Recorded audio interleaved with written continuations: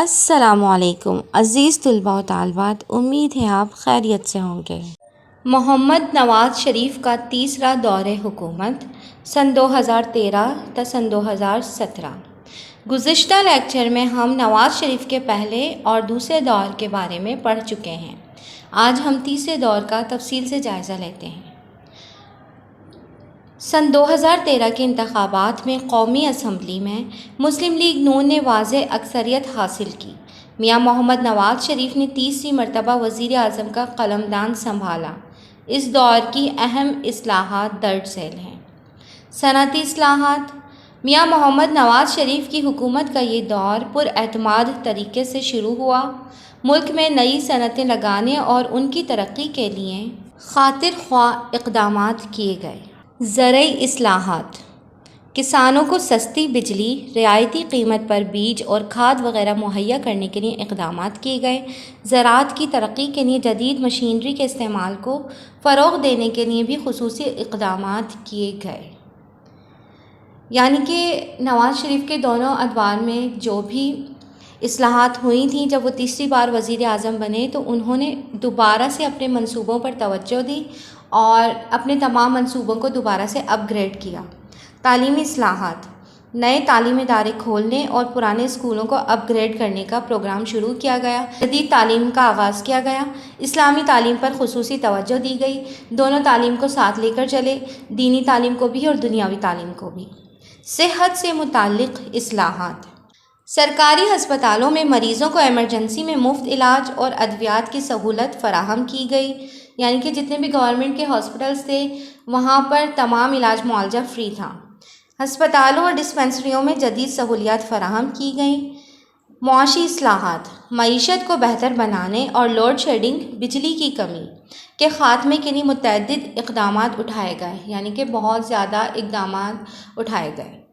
معاشرتی اصلاحات۔ لوگوں کی سماجی بہبود و ترقی اور مقامی سطح پر مسائل حل کرنے کے لیے متعدد اقدامات کیے گئے۔ وہی جو ان کے دونوں ادوار کے اقدامات تھے، انہی اقدامات کو یہ لے کر چلے ہیں۔ آئینی اصلاحات۔ میاں محمد نواز شریف کے تیسرے دور میں پاکستان کے آئین میں درج ذیل ترامیم کی گئیں۔ 21ویں ترمیم سن 2015۔ پشاور میں سانحہ آرمی پبلک اسکول APS کے بعد ملٹری کورٹس، فوجی عدالتوں کا قیام عمل میں لایا گیا۔ یہ فوجی عدالتیں سن 2014 میں قائم ہوئی تھیں اور ان کا قیام 2 سال کے لیے عمل میں لایا گیا تھا، لیکن ان کی آئینی مدت ختم ہو رہی تھی تو اس لیے آئینی ترمیم کے تحت ان کا دورانیہ دوبارہ سے بڑھایا گیا اور یہاں پر عام شہریوں کے مقدمات بھی چلتے تھے۔ 22ویں ترمیم سن 2016۔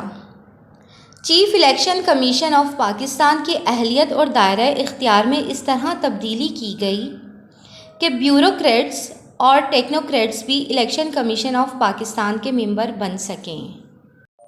بیوروکریٹس یعنی سرکاری اعلیٰ عہدیدار اور ٹیکنوکریسی میں سائنسدان، انجینئر، ماہرین اقتصادیات اور خصوصی علم میں مہارت رکھنے والے افراد شامل ہوتے ہیں، اور یہ سب chief election commission of Pakistan کے ممبر بن سکتے ہیں۔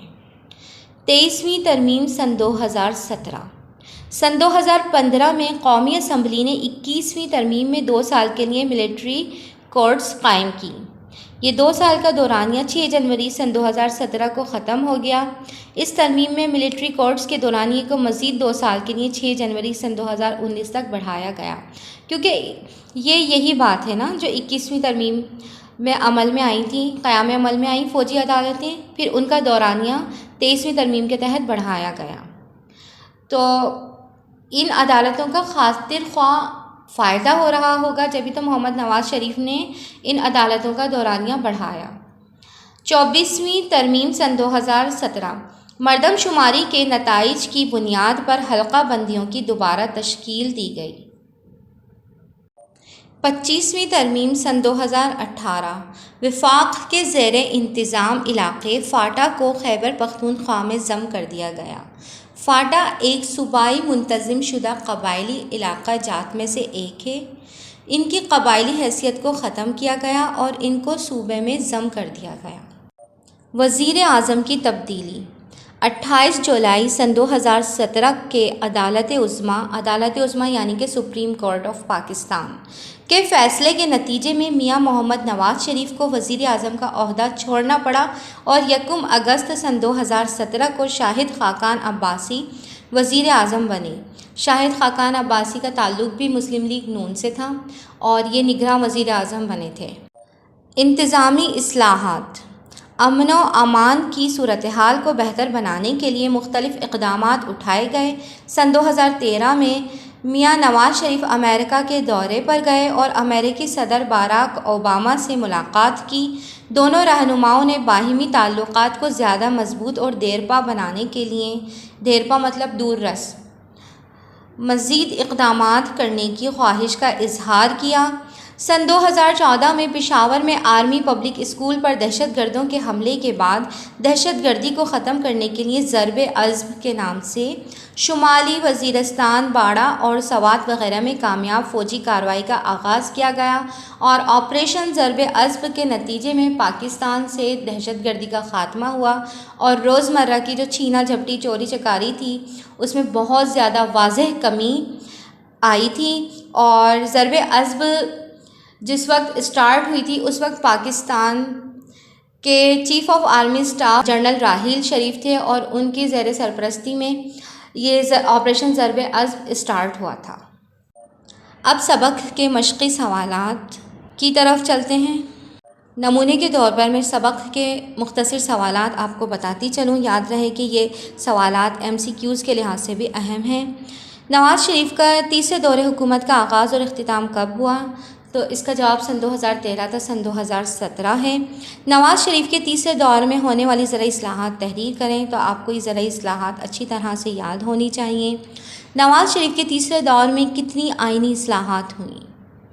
نواز شریف کے تیسرے دور میں 5 آئینی اصلاحات ہوئی تھیں، 21ویں تا 25ویں۔ 22ویں آئینی ترمیم کے بارے میں تحریر کریں۔ تو 22ویں آئینی ترمیم آپ نے ابھی پڑھی ہے کہ chief election commission of Pakistan کا اہلیت اور دائرہ اختیار میں اضافہ کیا گیا تھا۔ فاٹا کو کس صوبے میں ضم کیا گیا؟ فاٹا کو خیبر پختونخوا کے صوبے میں ضم کیا گیا تھا۔ وزیر اعظم کا عہدہ نواز شریف نے کب اور کس کے فیصلے پر چھوڑا؟ 28 جون سن 2017 کے عدالت عظمیٰ یعنی سپریم کورٹ آف پاکستان کے فیصلے پر وزیر اعظم نواز شریف نے وزیر اعظم کا عہدہ چھوڑا تھا۔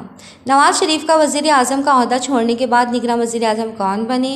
تو 1 اگست سن 2017 کو شاہد خاقان عباسی وزیر اعظم بنے۔ اس کے بعد آپریشن ضرب عضب کا آغاز کن علاقوں سے ہوا؟ تو آپریشن ضرب عضب کا آغاز شمالی وزیرستان، باڑہ اور سوات وغیرہ میں کامیاب فوجی کارروائی کے آغاز سے ہوا۔ امید ہے آپ کو آج کا سبق اچھی طرح سے سمجھ آیا ہوگا۔ آج نواز شریف کے تینوں ادوار ہم نے اچھی طرح سے پڑھ لیے ہیں، ذہن نشین کر لیے ہیں۔ کل ہم جنرل پرویز مشرف کا دورے سن 1999 تا سن 2008 کا جائزہ لیں گے۔